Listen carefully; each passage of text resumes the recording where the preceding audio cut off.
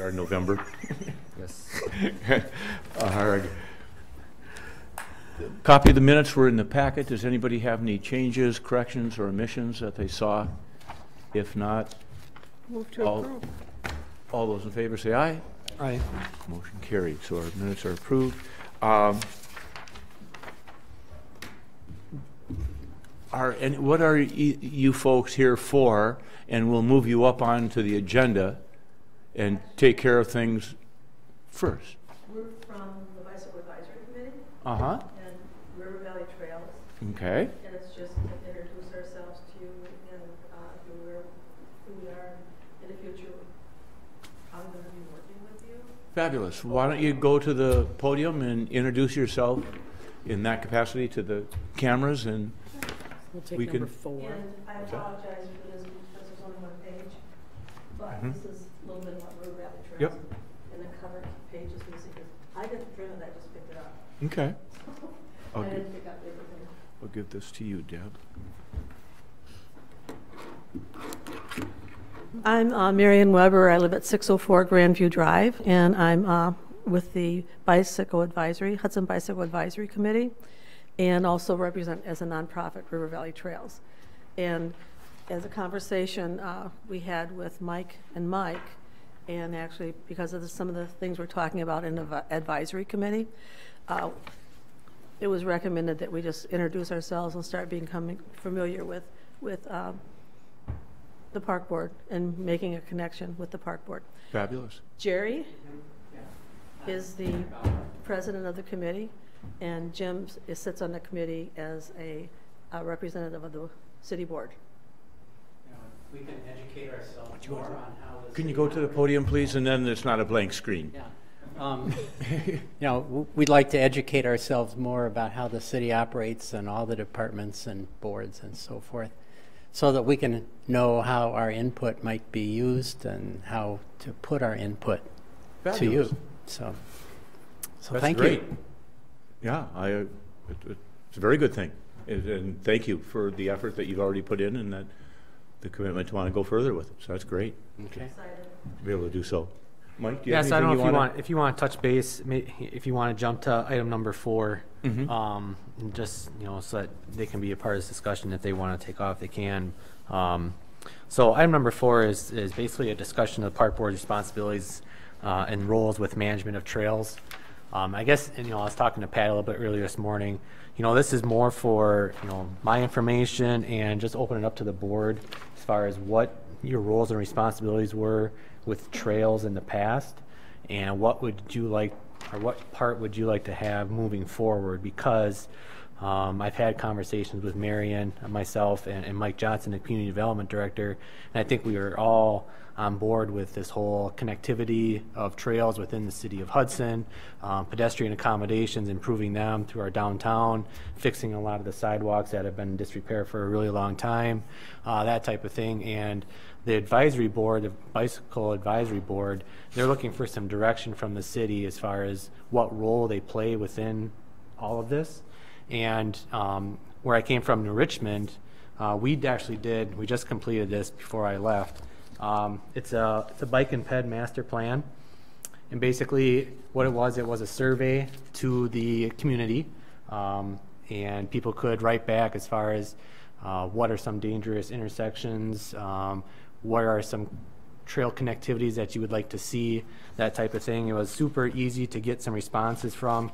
And then what the Bike and Ped Committee did over there was they actually took that information along with some other plans like Safe Routes to Schools, and they made recommendations, and they had I believe it's 23 recommendations were in this plan as far as what would make sense with trail connectivity, on-street bike trails, that type of thing. And then from this, the city of New Richmond was able to apply for bigger grants, like the Knoll Stewardship Grant, which is a $250,000 grant.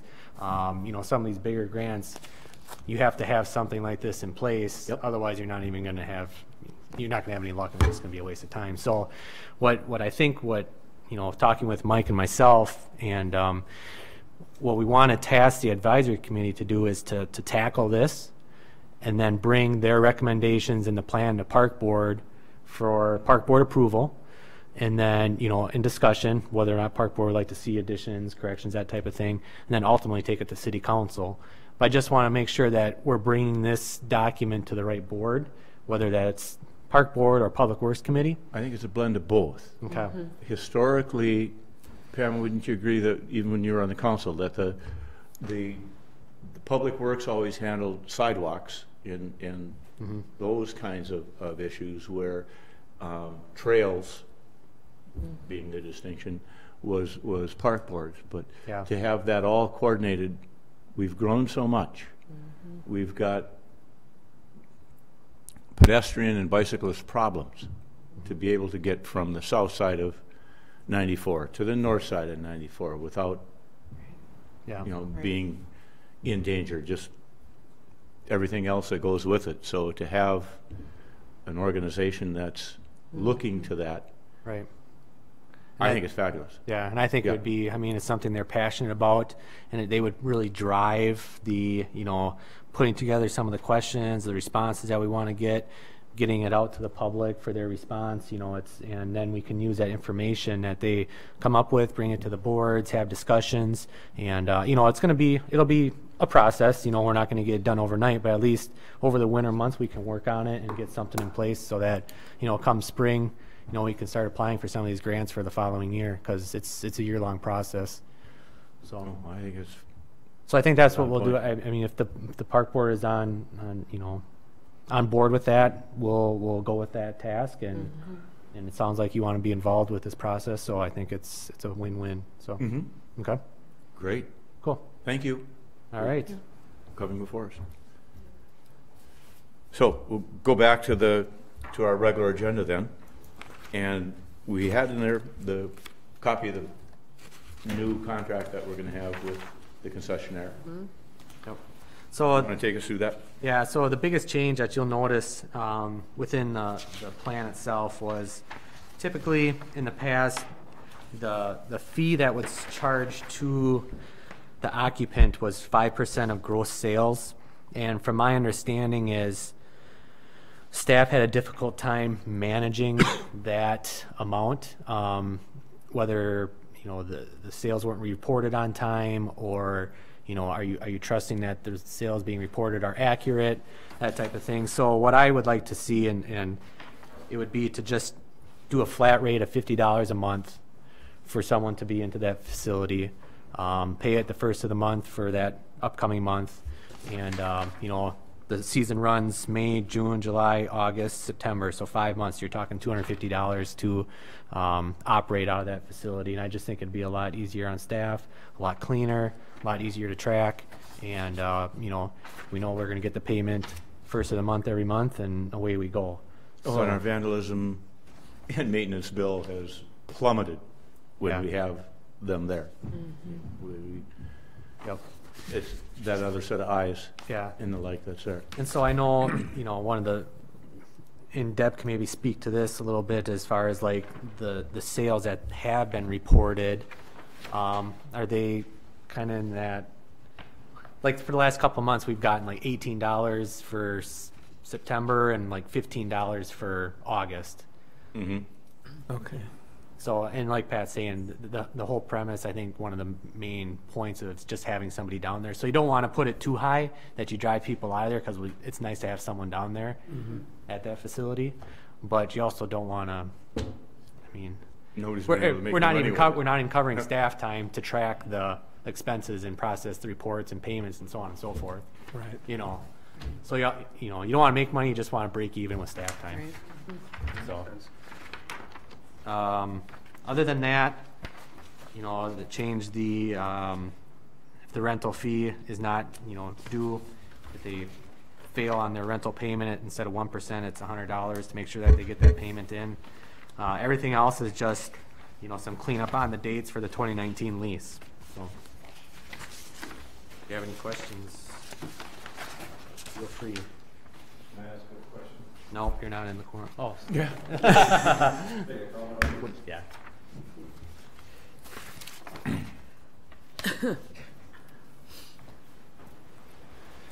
Jim Weber, 604 Grandview Drive. I also sit on the city council. One of the issues that came up with this contract last year was that we required adult supervision, and we required that they not run out of food all the time. I was down there twice this year. Same thing. No hot dogs, no brats, no adults. So we either need to fix that or take it out of the contract.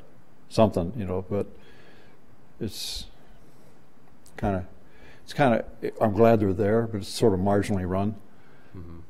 It's not obviously it's not a high profit business, but so it's a line we're trying to walk here. But let's fix the contract or make them. I've had no complaints. If Deb, has anybody Well, anything just, I mean, I've heard other than that. this? But yeah, Yeah.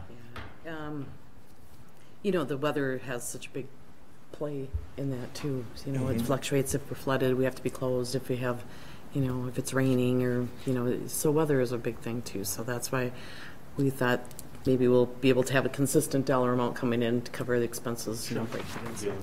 So then on the flip side, as Jim was saying, you know, a reason for raising the charge of the monthly fee would be it force somebody to be in there and actually selling, you know, to make up that fee payment, you know. So, you know, at 5%, like it used to be, it's like, if we sell something, whatever, where now you're actually charging them $50 a month, and you know, they better be down there selling hot dogs and brats to make up their difference, you know. So that's another reason to raise that fee as well. I think you should express the.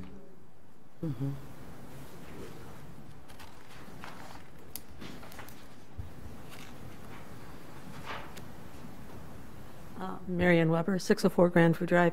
I frequently attend city council meetings, and I was at that particular meeting, and what they actually came up with is possibly going out for bids to get someone to take that over. We do that every year. I mean, that was done so many times.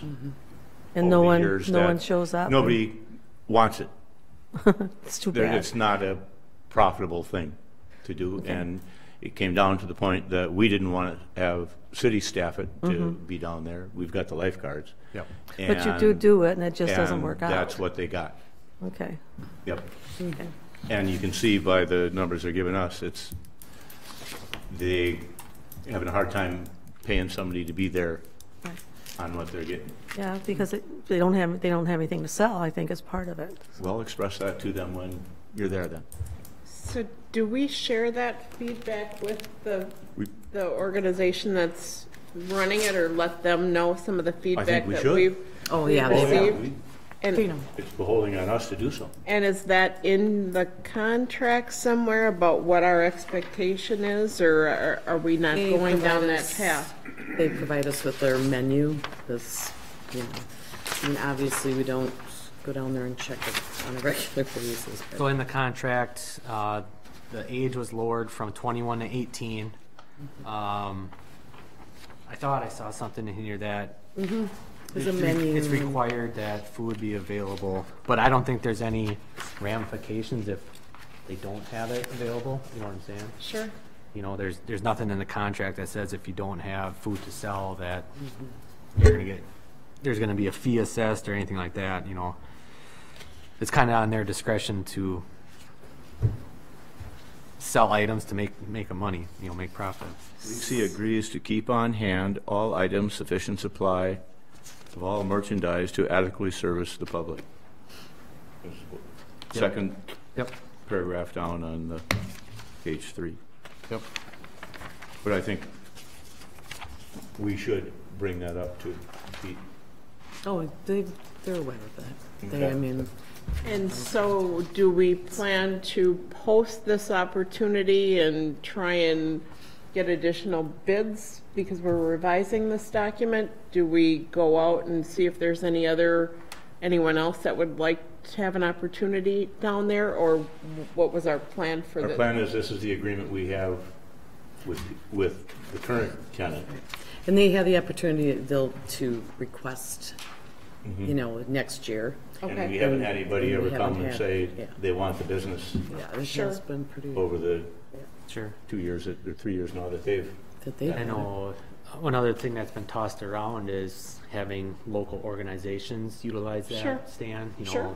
Boosters, Lions Club, you know, Rotary, you name it, where they would come in on a weekend and utilize that space. So, I mean, that's always But a possibility as well. But then, again, you have the same issues of staffing and maintenance and, yeah, and product to sell. But we should bring it up with Giggle Factory that they're getting the complaints and that they should do something about it.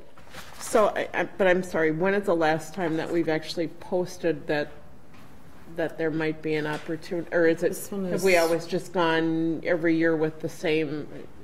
I just don't remember the history on how we. This is, this how is we like, I find- believe, the third time. So Yeah, I they've think been there it's the for, third year that this would be been- their third year.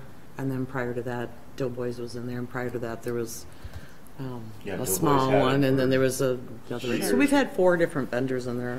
So do you think we should go yearly, annual bid, or? Well, I guess I don't know, based on feedback that. They invest, they invest in refrigerators, they invest in, different supplies to, assume hopefully that they're gonna run the operations for more than 1 year. That's how I look at it, and, I mean, And it's, like I said, I've had no complaints Okay. from anyone calling me, which I do get on everything from the ice skating rinks Sure. to others, but I've had no complaints against them for anything. Language, safety, Sure. bad example around kids, none of that. Sure. Which some of the kids, I'm sure, can really be a pain in the neck to the kids who are working there to do it. well, we'll know by the end of, before December 31st, they have to request whether they want it next year. So it'll be coming back and accept it, or not accept it, or make a recommendation then. And so during that conversation, will we share information or some of the feedback that we got tonight about Yes. things? And, okay. And like I said, I was just curious what our plan was to fill that space, or how we've done it in the past. Did they originally, did they put a bid on that, or did they reach out to the city to go in there? Yeah, we did a RFP. You did? For, Yeah. Okay, that's how they originally got in there. Okay. And Deb, just a question on hours. Do you know, like, is it open at is there a certain, like, schedule for when it's open? Now, I think we asked them to be open from, well, standard operating is from 6 a.m. no later than 10 p.m. 7 days a week. So they can go in at, 6 o'clock in the morning if they wanted to. I think they tried to do some coffee down there one time, but it's, And it starts May 1st, yeah. and they have to be out of there for the boosters. Okay. They're out of there for booster days and the like when they're in there for that. But to answer your question, Paul, there's no like set schedule. They're open Right. from noon to 5, Monday through Friday. Right. I think what they've done in the past, and correct me if I'm wrong, but they'll target certain events, weekends throughout the week that they'll be down there and have it staffed. And then at those off-peak times, it'll be closed. So like Thursday nights for the band shell, it's a big time to be open, so they'll be down there during those times type But thing. on a cloudy, drizzly day, they probably won't have any liquor. Yeah. Okay. Because what I'm wondering about is, like, do we have certain hours when the lifeguard's there? Yes. We do.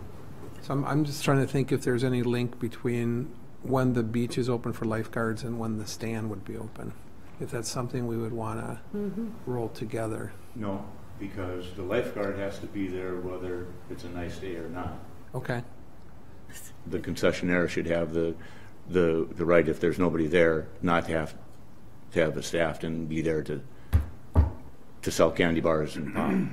But is the vice versa true then? If it's a nice day and there's people there, they wouldn't have to be there? They would want to be there, you're saying, because they don't have incentive? Yeah, they wouldn't necessarily have to be there. Yeah. We're basically supplying them a space Yep. for $50 a month. It's their option if they want to be there or not. Their business. Yeah. It just seems a little inconsistent to me. Yeah. And I don't know, I mean, unless we somehow did something with it, but It's that's, not our I don't business. think anybody else wants. It's not to our be there, business. so yeah. Yeah. knocking down the door to get in there. So Yeah. And they're not it's better to have knocking somebody down in our there doors than not have complaining. anybody in there. Right. Yeah. And I tossed around the idea of, you know, if it's going to be this big of an inconvenience, let's just do away with it. But like you're saying, it's nice to have the supervision down Oh, there and someone down there because of The vandalism. years that we didn't have it, our repair bills Yeah. were in the thousands. Yeah. Now, It's we're nice to have- lucky to cross, To knock on have wood, process cross 100. Yeah. I'm just brainstorming. I'm thinking, could there be something where like the lifeguards, do they take an hourly break or something like that? Like if the lifeguards took a hourly break and then sold stuff for 15 Then they're minutes. not on break. No, true, but I'm just trying to brainstorm. do If there was any kind of a rotating, link you you could know. do between the city running it with lifeguards and then having regular hours. I don't know if that's helpful or not. It's not worth it. We've actually talked about that. They could Okay. rotate and do the Yeah, sessions, concession. but, you know, they're hired as a lifeguard. Yeah, you know, yeah. and they're not necessarily, because we already have, deal with the, oh, if you want to work on your days that the beach isn't open, most of them don't want to. You know, Okay. I mean, Yeah. that's what they're there for. Okay. Not saying they wouldn't. but Yeah, no, I who just thrown knows? it out. I'm kind of brainstorming here, so. Okay. So do you want this approved, the Yeah, lease as you yeah. have it now? With the changes. As, With the changes, yes. so is there a motion to approve? Yeah, I would motion to approve the I'll second it. release. Any further discussion or changes? If not, all those in favor say aye. Aye. Motion carried. So Mike, you will go over with Yep. them when they come up. Yep. Yep. Express the concerns we heard tonight. Yeah. Absolutely. Maybe I can try and talk them into having a pinpointing a schedule, even if it is for just 3 hours a day or something, just to have something posted where people who frequent the beach know that they'll be open during those times. And Yeah. Well, and I guess if we feel like it provides some supervision and oversight, it would be good to know what the plan, or, you know, what, kind of share what our thoughts are yeah. on providing that, you know, if that is part of it, or that's what I took out of the discussion we had. You know, maybe to help with that piece of it. Yeah. Okay. Okay, the next item on our agenda is intoxicants in the park. Yeah, so this was in response to the discussions that we had kind of with the boosters up at Grandview Park. Park Board wanted us to just kind of go review the policies in all of our parks. So what staff did, what Deb did, is she put together all the parks and the current signage that we have at each one of those facilities. So, for example, you know, Williams Park, Anderson, Burton, Coons Hill, Hudson Meadows, those are all posted with park hours from 6 to 10, and on the sign itself it says no alcohol allowed. You know, if you look at Prospect and White Camp, has the park hours posted, alcohol allowed in non-breakable containers, no littering, no motorized vehicles, etc. Grandview Park, you know, you can read what's posted there. And the one, let's see, we don't have Lakefront on here. Berkmo. We don't have lakefront. That's So, funny. Deb, do you wanna explain Lakefront, because Lakefront is very Yeah, unique to the Lakefront. city. It Oh, splits. I apologize. Berkmos isn't, but there's no alcohol in Berkmos. It's on the deed. Lakefront Park, yeah, at the bathhouse, there's no alcohol allowed at the bathhouse to the north. And then the band shell area, it's permitted all the ways down to the boat launch. And then after that, then South Picnic Point is allowed alcohol, so. And then on the Dyke Road, it's no alcohol beyond this point, right past the boats. So it allows, you know, alcohol throughout the whole system down there.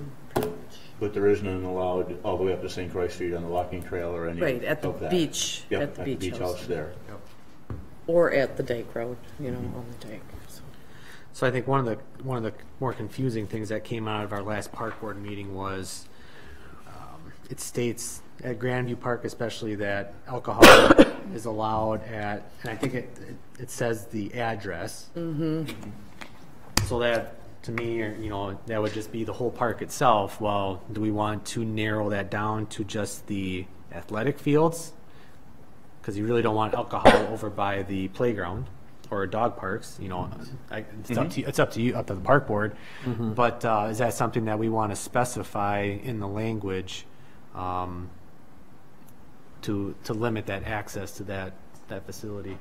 Yeah.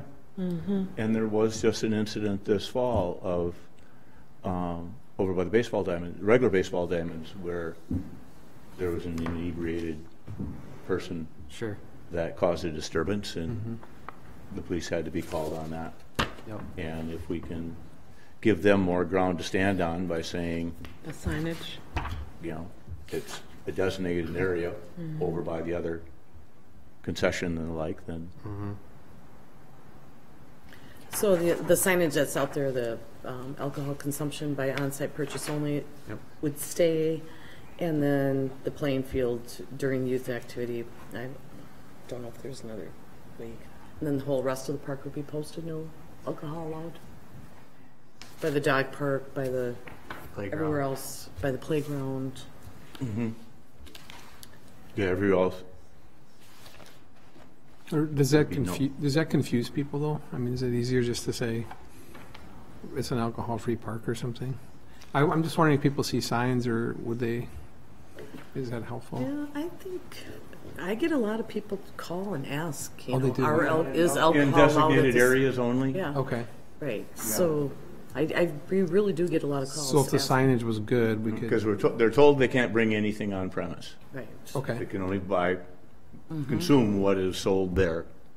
So if we're designating that as the only area that it can be consumed in, Yeah, that makes sense. Yeah. I mean, Because that's the way it's posted now. So they would sell it at concessions during the games? they do not.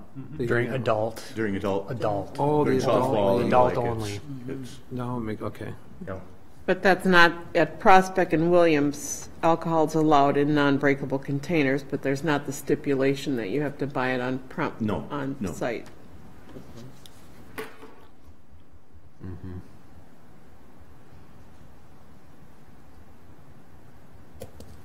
And I'm sorry, tell me at Lakefront again?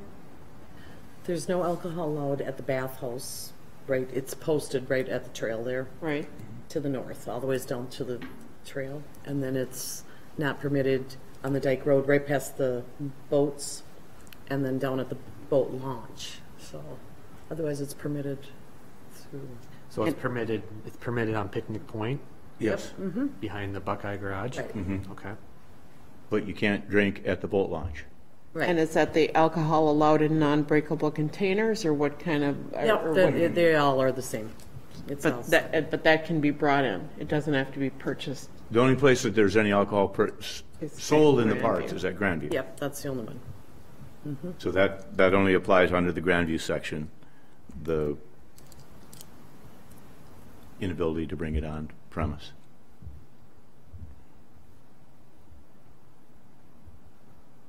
And why is that in place there? Because the We don't- or We don't want people bringing, the softball association, who it started with, it was a bit of a moneymaker for them, and in turn us.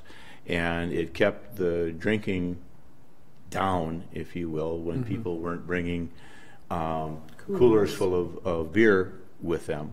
And it kept the trash and littering and everything else down with it. And so it really brought the whole thing, sure, to be much more manageable sure.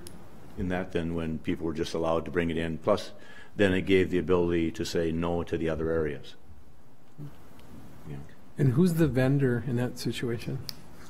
Like, who's the vendor at?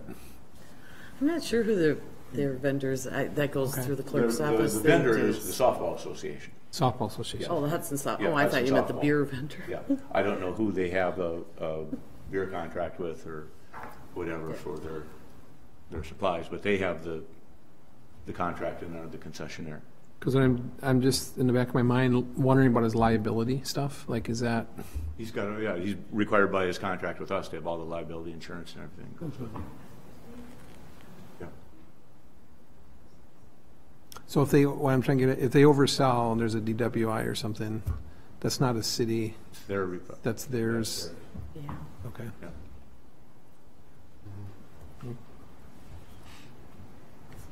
And then the only other time that the bringing in of alcohol is restricted is it's in the booster celebration. You can't bring Right. alcohol in. You can only purchase the beer that's sold there. It's a beer license to sell, not a alcohol license to sell. Right, so anything that's fenced in as an event Has to down stay there there. has to stay in Yeah. there. So- And is within that. So Mike, do you have any recommendations? Like, what are you thinking on some of this? I would just like to clean up the language or clean up the signage at Grandview Park. If the park board feels the need to restrict that consumption to the baseball diamonds, which I think they should, you can make a motion to approve that, and then we can, in return, purchase the signage that limits, or that we can post in the other areas that we don't want the alcohol to be consumed. Okay. Well, they aren't going to be selling now for a while. No. So do you want to come back with the whole thing? With here's the designated area, and we've mapped it out as to Yeah. what it's going to be, and Okay. here's what we'll have as signage and Yep. and the like, and then we can say yes to Okay. the whole works. That sounds good. And we have signage going into all the others that, They're already up. yeah, that's already up. Yep. That sounds good. Okay. Yep. Sounds good. If that's okay with the rest of the board. Yeah, I'm good with Okay. that. Next one is our mooring fees.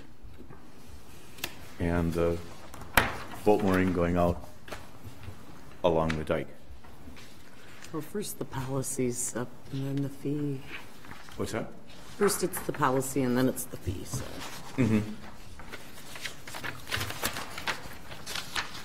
So this comes before the board every year for annual review, to look at the rules, policies, procedures, review the fee, the structure of the fee, and the changes you can see that are redlined in the rules, policies, and procedures. One thing that I do want to note is kind of that first main change where it says all moorings will be used for personal use, not commercial use. Any tax exempt organizations applying for a mooring spot must be approved by the Director of Public Works, provided proof of tax exempt status, 501c, and pay the annual mooring fee. To stay consistent with the ordinance that's currently written, I'd like to strike that remove that from the language, because in the ordinance it just says all moorings will be for personal use, not commercial use. Period. So we're taking that completely I would out and like it'll that go back sentence to, off. yep. Stay consistent.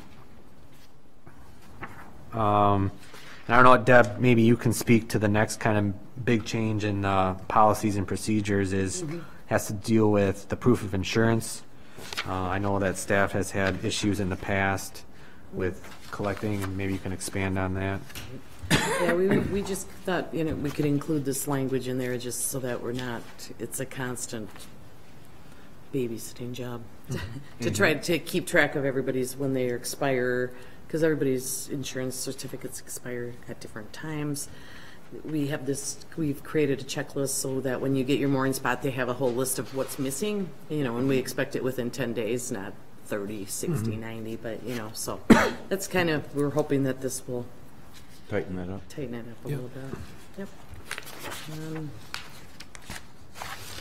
And then we just had some issues with some of the mooring positions. They've just kind of changing themselves around down there without permission, and so that's been a little bit of a problem, and we've talked about getting the coordinates defined a little bit better down there. Having them shot with a GIS so that we can make sure that they're at the locations that they're supposed to be at. and then, you know, every other year or something like that, we can move those that have been moved back to their original position. They're in a, you know, if you look at the map, they're in those positions for a reason. You know, we don't want to start just going willy-nilly down there for sake of tracking, you know, for safety. We don't want boats running into one another. So that's a possibility of using some of the mooring funds that have been collected over the years to kind of get that back in order. I think it'd be a good expenditure down there. So. And the ice moves them. And the ice moves them Yeah. too. Yep, ice moves them Ice moves around. them quite a bit. So just for, yeah, absolutely. So do especially we in that. check that annually then, that everything is in place, or how have we tracked that in the past, that the markers are the, We do our best. I don't even think that we know I don't think it's been done. what all the moorings are down there. No. Some have been there since the early 50s. So that's why I think it's a good use of funds to. Yeah. We'd have to have the marina come in and probably lift and Yep. locate. Yep. And then we could have someone, an engineer company, you know, they come in and shoot GIS points for, you know, for trees, for storm sewers, for manholes, that kind of thing. They can do the same thing out in the river. They can shoot each grade or shoot each spot GIS location, so that whenever, you know, if we do it semi-annually, we can appropriate some of the monies that we collect through the fees to hire a company, come out, make sure they're all in the right location, away we go. So nothing like that, to my awareness, has been done prior. last year, did we talk about trying to get a feel for what mooring fees were in other communities and how our fee aligned with other places? And do we know those numbers, or do we have a? I suppose you left it up. No, I got them. Okay. I got them. I actually did a little bit of research here today because I've had a couple of emails from moorers down there concerned about the fees and where the fee money is going to. And so I called a couple spots, and then I was able to find some other costs on the web. Minneapolis, they have 3 lakes that they have mooring sites at, a total of 380 mooring sites. They charge $450 for a resident, $550 for a non-resident. In St. Paul, they charge $300 for a resident, $400 for a non-resident, and that's on Lake Phalen. White Bear Lake, they charge $375 for a resident, $500 for a non-resident. Excelsior, Minnesota, which is on Lake Minnetonka, they charge $698 for a resident, $1,396 for a non-resident. And then in Deep Haven, Minnesota, they charge $450, and that's just a straight fee that they charge. So if you look at our fee at $560, I mean, we're fairly comparable to surrounding communities, and I think, you know, based upon my experience with boating and sailing, I think St. Croix offers a great opportunity for sailing, unlike some of these other lakes. So, looking at the numbers, I feel that we're in line. We're not way out there. And we're not Lake Minnetonka, so that's a No, different. right. We're not Lake Minnetonka. Right. Just a quick question, Mike, on this map Yeah. of the moorings. So it says capacity 50 boats, and I'm seeing like the 34 dots for the moorings, but am I missing like the other 16 somewhere, or is that another location or something? There's 50 there. There's 50 dots. Oh, I'm sorry. I'm Yep. reading, read right to left. Okay, sorry. You're fine. All right. So some of the communities have a split between resident and non-resident? I can't speak to that. It varies from year to year, but it's, We changed the policy years back to put city residents first, because when they originally did it, it was Washington County, because there was so much across the river that were here. So that's changed. So I'd say we can We can get it. get it for to you you easy enough. if you're But curious. yeah. but the majority Oh, has been. actually, I thought I had. I ci- thought we put City it in residents. here. Is it in there? I thought it's in here actually.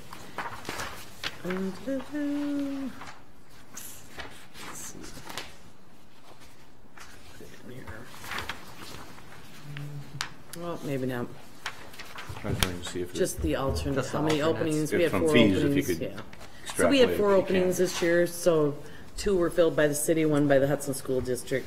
So this is the way it goes, city, school district, county, then Washington County. And that was changed maybe 5 years ago to, you know, so that seems to attract worked. more of Wisconsin residents. The boat launch, we have difficulty, Tracking. treating residents preferably, Sure. even though it's a city boat launch. City's paid for it, city land. We can only charge what the state of Wisconsin charges at their facilities. We can't charge a market rate. At ours, we can't give the season passes to taxpayers or preferential treatment anymore that we used to.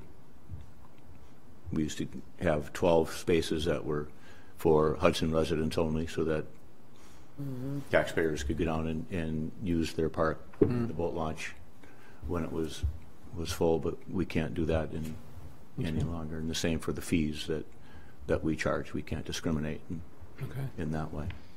So Mike, you're looking for a motion on the, I would move to recommend the approval of the 2019 proposed mooring fee and approve the policies noted in the packet here. Is there a second? Moved and seconded. Any other discussion? All those in favor say aye. Aye. Motion carried.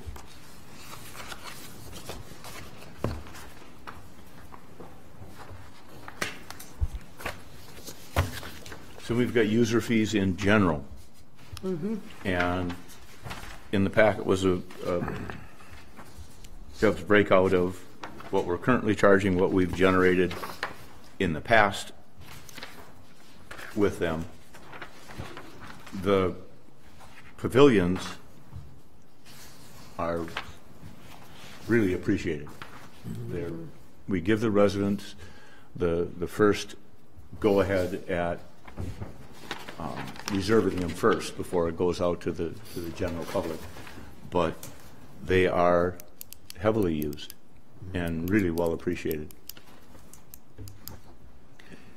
Is there a date when, is it ongoing reservation or is it a date like when it opens for the season? We usually open May, what is it, May 25th, May 15th? Okay. I think I should know that, but Yeah. yeah. It goes It's out. through the end of October, second week usually. I mean, is, But we always Try say to have Memorial rest- Day. It Memorial kind Day of is goes kinda- with the restroom schedule too, Yep. try to have it. no, what I'm trying to ask, is there a date when, for the next year it opens up? Like if I wanted something for next You summer, wanted to for rent example. the pavilion up at Prospect. Yeah. Yeah, Oh, yeah, Memorial Day, 1st. Memorial Day is when it starts. It's Memorial Day through October 15th. Or it's- but I mean, is it wants to just an reserve it. ongoing? Yeah, oh, I'm sorry. Can you I- reserve it any time is what I'm trying to No, ask, sorry. after the first of the year. Okay, January 1st. so January 1st is the date, okay. And then, so that's how City residents. residents have the first month. Yep.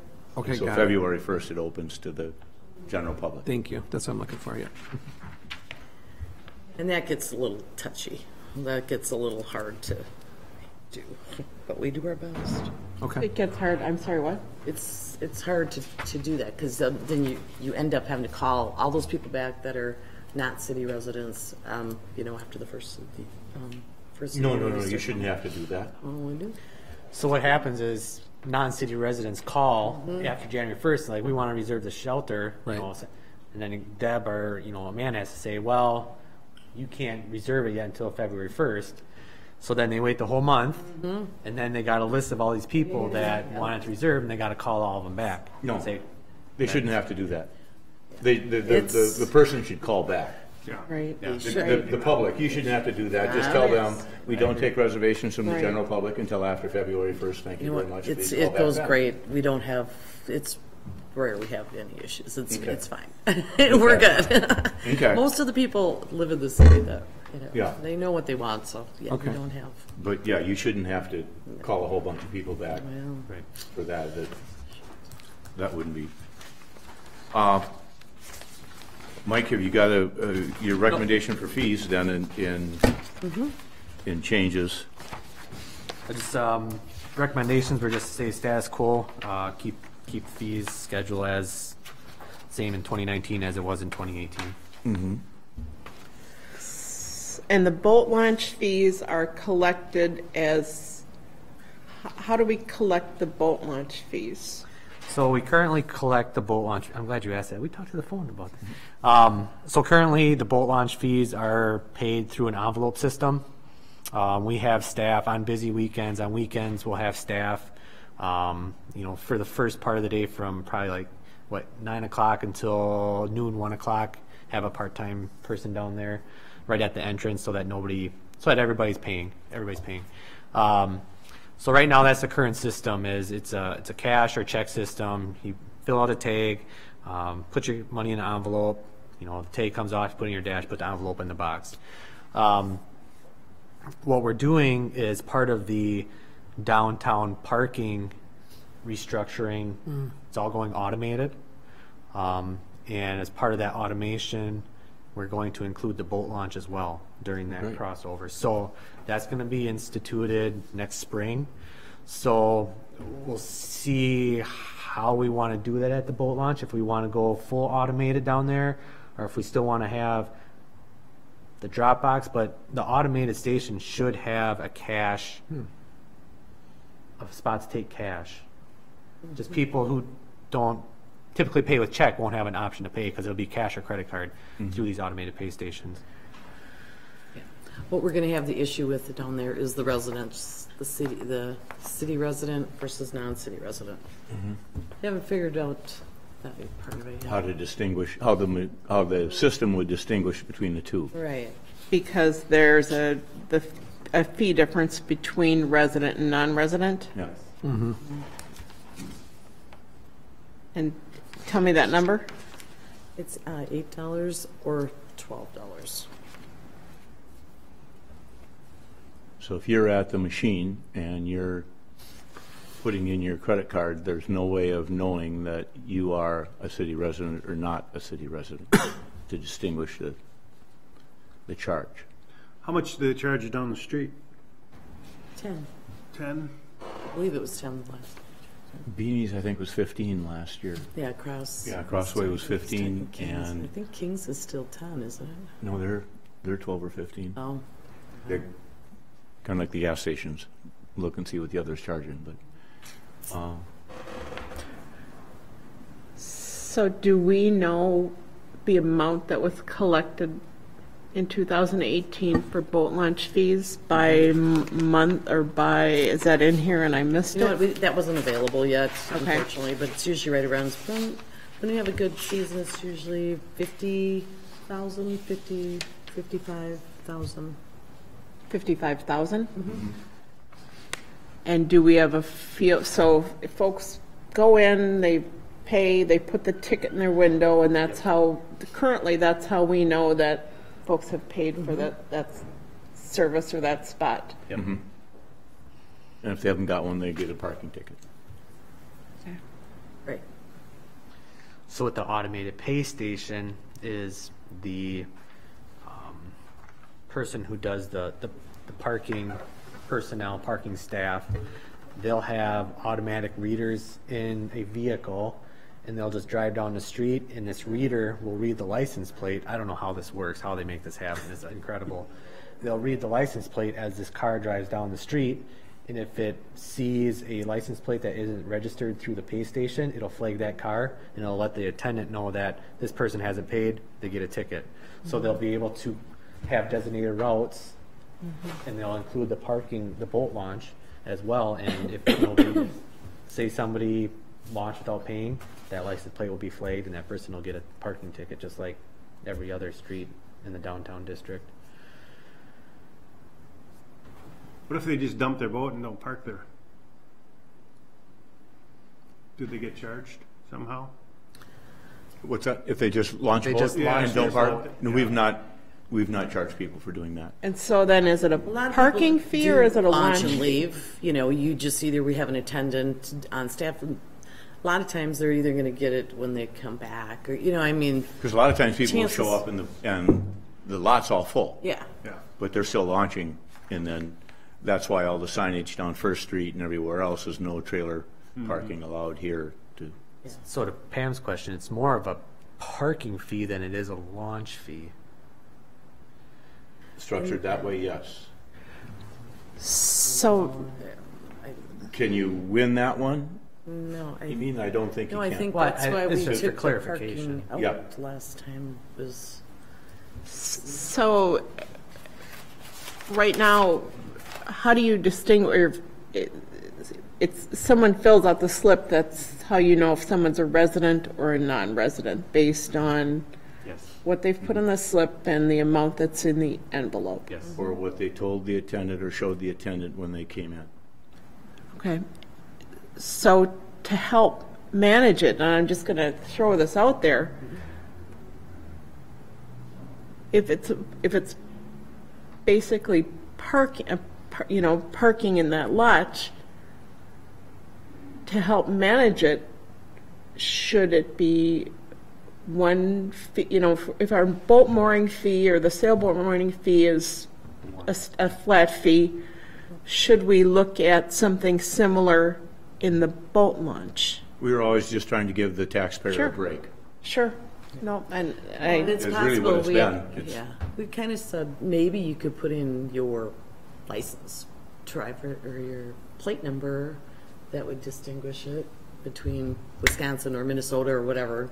But really, what's whatever. $2? I mean, Yeah, so it's not, if it automates the system a little bit right. more if for the it's- city, saves the city money, it's probably a push. So are you thinking more just like a flat rate of 10 or something like that? Flat. Yeah, I mean, right.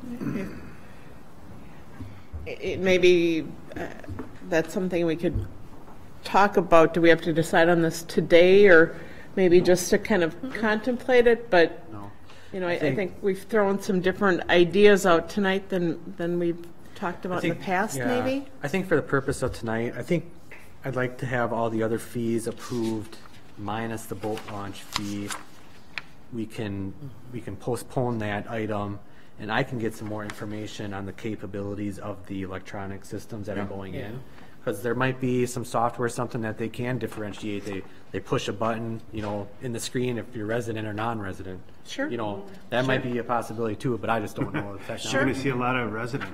Yeah, exactly. Yeah, right. So, but yeah, I think we can postpone that portion of the fee schedule. What if you just had like an automated arm go down and go, okay, put your card in there. Right. No, if Boom, you're it goes registering a up, Minnesota then you're- license plate, Yeah. if you're claiming to be a Okay, then you're- resident and you're using a And you're Minnesota fully license automated, plate, and you don't have to pay anybody down there to do anything. You have it up, you put your thing in, but then you got time restraints, I suppose. But if you're registering your license plate, right, that's the thing that's determining to the cop driving around whether or not you get a ticket, right? You can't register a Minnesota license plate Is it state or for is your it? boat. It's resident, Hudson. non-resident though. It's Right, yeah. okay, so if you're a So- non-resident, okay. you're from the Twin Cities, and you're trying to say you're a resident to save the $2. You can't because you got a Minnesota license plate. The system won't take it. But It- is then, it no. a Hudson resident or is it a Yep, Wisconsin it's- resident? It's that we're- really, truly, right now, it is a Hudson resident Okay. versus a non. And if somebody from So Roberts someone gets from in, North Hudson so has to what? pay the same as the Minnesota, and, it's, to me, if it's anything but Wisconsin, then I think that'd be the simplest.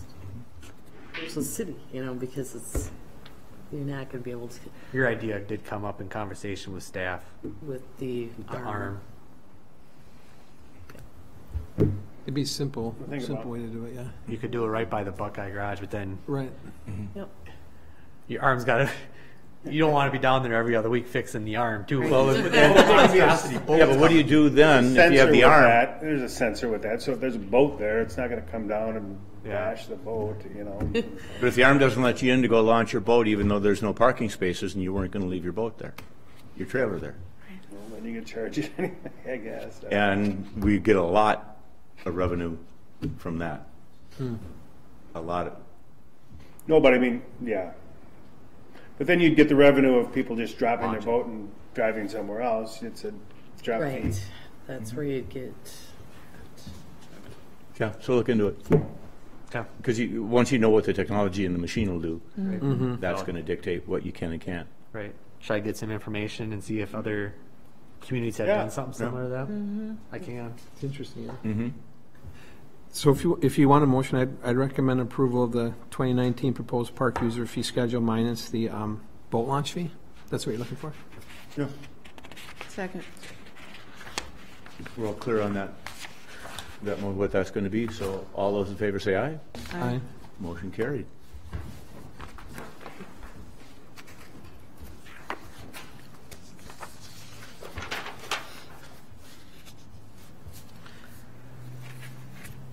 So the next one was just some cleanup on the language for the park reservations, request policies and procedures. We created a request form so that when that's available online, you can go in there and you can put in the park that you're requesting, do a first choice, second choice with your dates. And this has been really helpful. We kind of did a little bit of a sample this year, and it worked really well, so we would like to implement that. Other things were just the due dates of the security, or when the fees are due. Rather than having them 30 days prior, we would like to change that to 10, just because we spend a lot of time canceling reservations, making reservations, and collecting the fees. When you have to, the season's so short, but so to wait 30 days is kind of time. And 14 days prior to the event versus 3 days before the event For cancellations.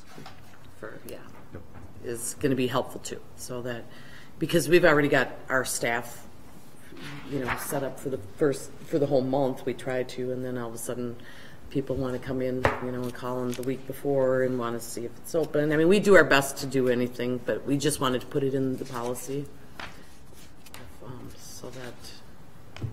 Just a clarification, Deb, on the 10 days. Is it 10 days? It says 10 days.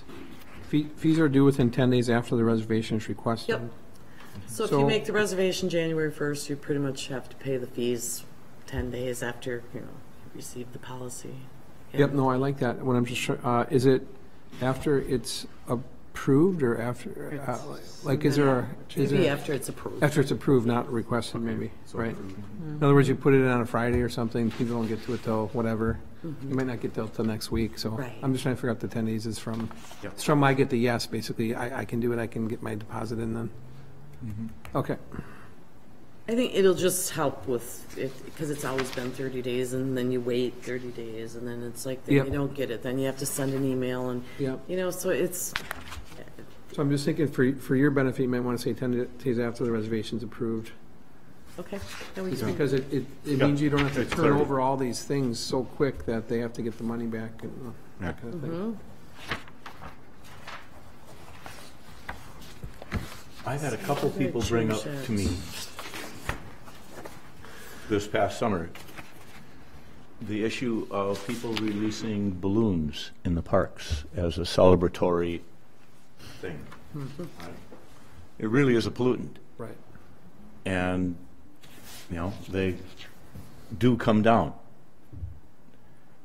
Do we want to allow that in our parks?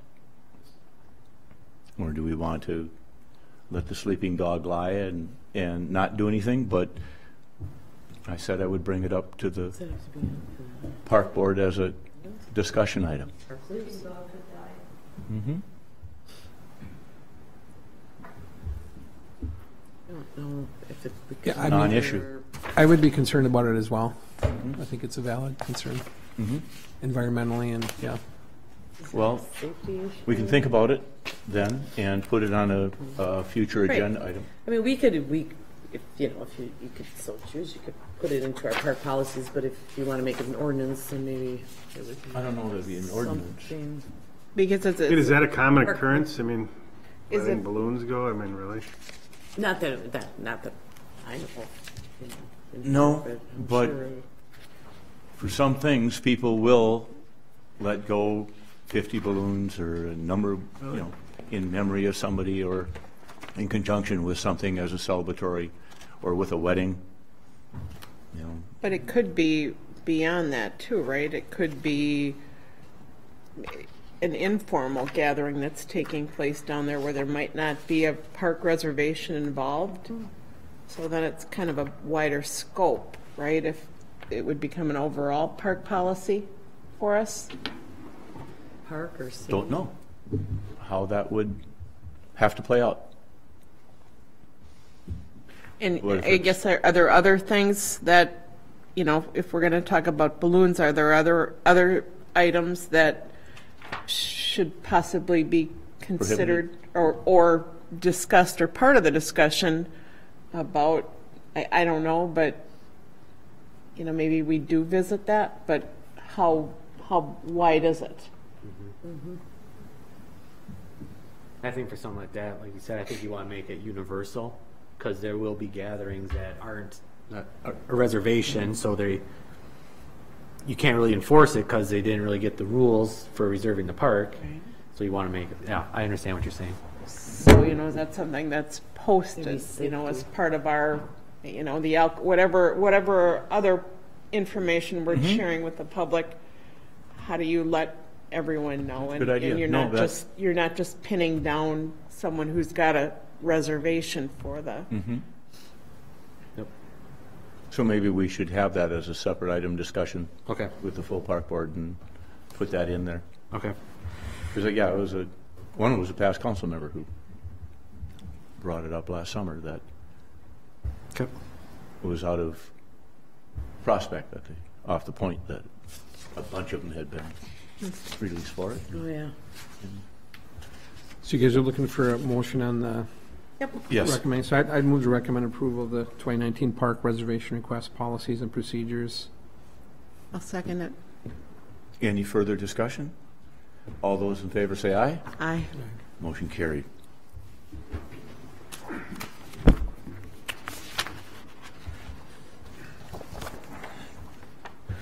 Next item is Webster Park.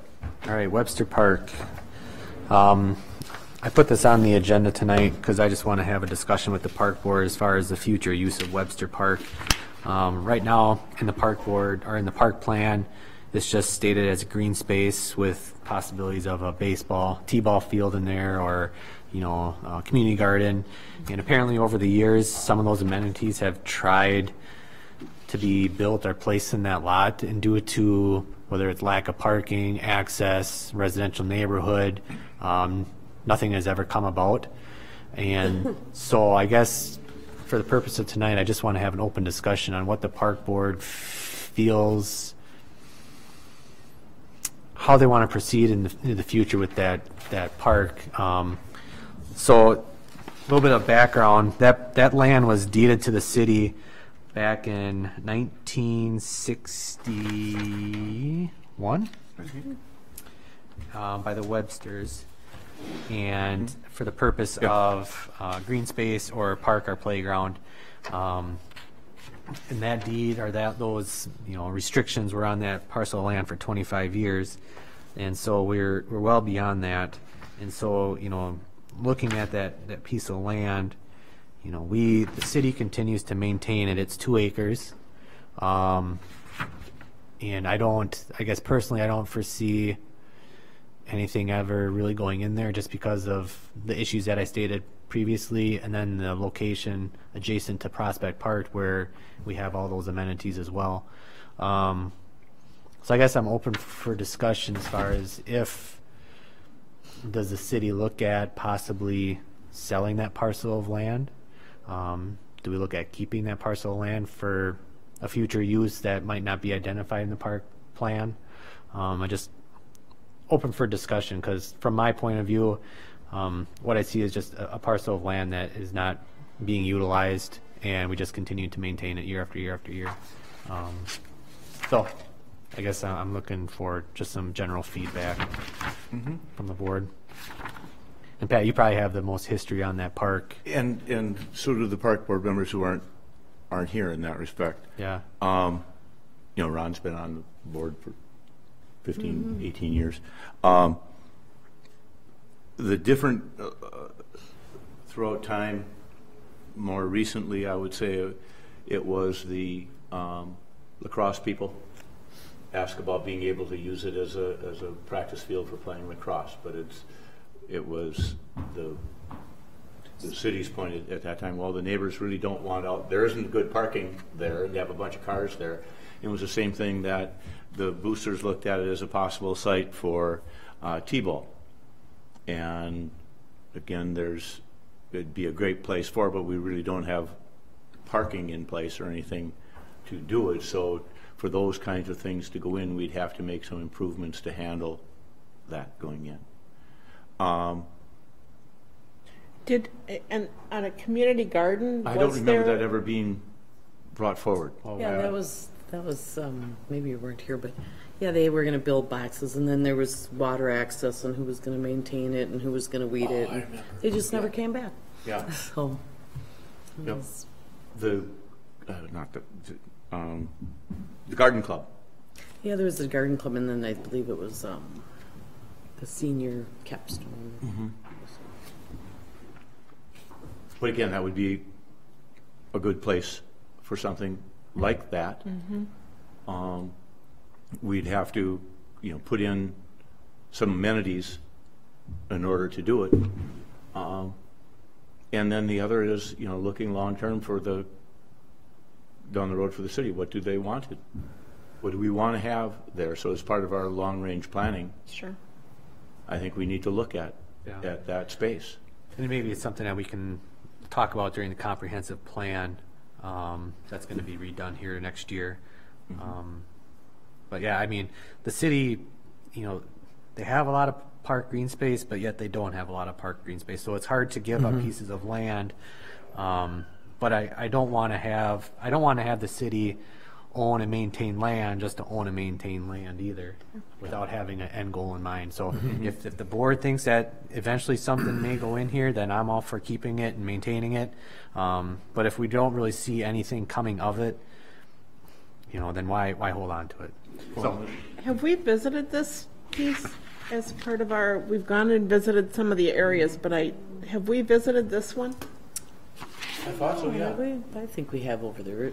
I've been up there with Tom a couple times, and I don't recall, I can't break it out in my mind if it was the whole group or Okay. just with that. Well, it might be kind of interesting to find out on the community garden concept or with FFA or some of those other, maybe that is something that Good, could great be site for it. Or the school district, if they want to partner with something, they're looking for a little piece of land. But yeah, just something to collaborate with the local organization. Yeah. Don't they have water issues getting water in there? I don't remember. No, there's not a problem because there's two houses there. So my own kids will not forgive me if I don't say this. We love Webster. Yeah. Yeah, we use it all the time. But it's a great level green space that a lot of parks don't have. What I think the difficulty with Webster is nobody knows it's there because the sign is not visible from Laurel. You have to know where it is to get there. So the sign, we need signage on Laurel that says Webster Park, like turn, because I lived there by 10, 11 years and I didn't know it was there until I was on the park board. And now we use it all the time in the summer. We play wiffle ball there, we play football there. It's a great space Well, that whole for a green family or space small corridor group of there. people to Yeah. use, So that aside, what I'd say is need signage for sure. I don't know what the expense would be for like gravel, like when you come in the road, I just usually park right in the grass because there's no real place to park. But if you had some kind of gravel, something, just cheap There by the trees. parking there, right by the trees, Yep. it would invite people in. So a sign and inviting people in, I think, is the big thing.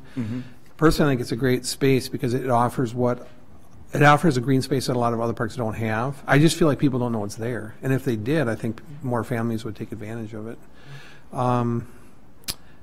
So that aside, I also think, I don't know if the city has or whatever, think about like a compost or something like that for the community. And I don't know if that would be It a was brought up at the last possible planning thing or commission something again. too. compost site? Compost site. I don't know if that's something, I don't know about that, but that issue. yeah. But I think it is part of our master plan next year. That should definitely be looked at as to how it can fit in, because we're going to also have to put those possibilities into the plan in order to have them in the plan if future funding comes along to be able to do something. Sure. Yeah. But no, to your point, Paul, I mean, we can definitely order signage and sign it, and make it more usable so that people are aware. 'Cause Yeah. maybe that's the problem, because people don't know it's there. Yeah, I didn't know it was there Probably, for, you know, and then with that, making the parking area evident. yeah, I think if there was a Don't feel like gravel they're parking on parking somebody's lot. grass. Yep. Granted, there's no restrooms, but you're close enough, you could go to Prospect if you need them or something like that, so. Yeah. You know, so it's, I think it's, I do think if more people knew it was there, they would use it. Okay. Okay. Good. That's what I needed. Parks update. Because we're running into planning commission, I'll keep it brief. So winter has come rather quickly, unfortunately. So it's kind of put a hinder on a lot of the park projects that we had planned.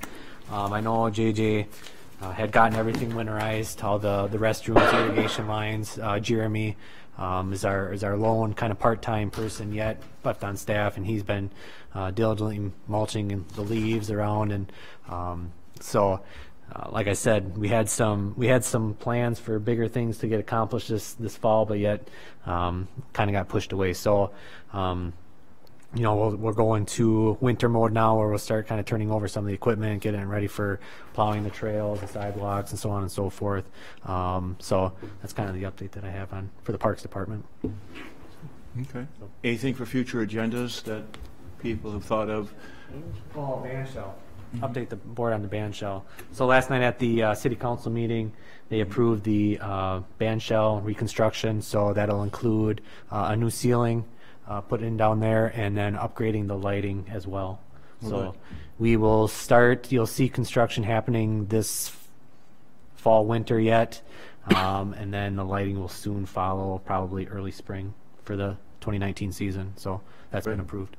Okay. And I watched the meeting and you talked about lights that, are they synchronized, or how do they relate to the activity that's happening, or? Yep, so we can we'll preset the lights to, there'll be a master controller in the panel, and it'll have 15 different presets on it, whether it's a concert, play, speaker, so on and so forth.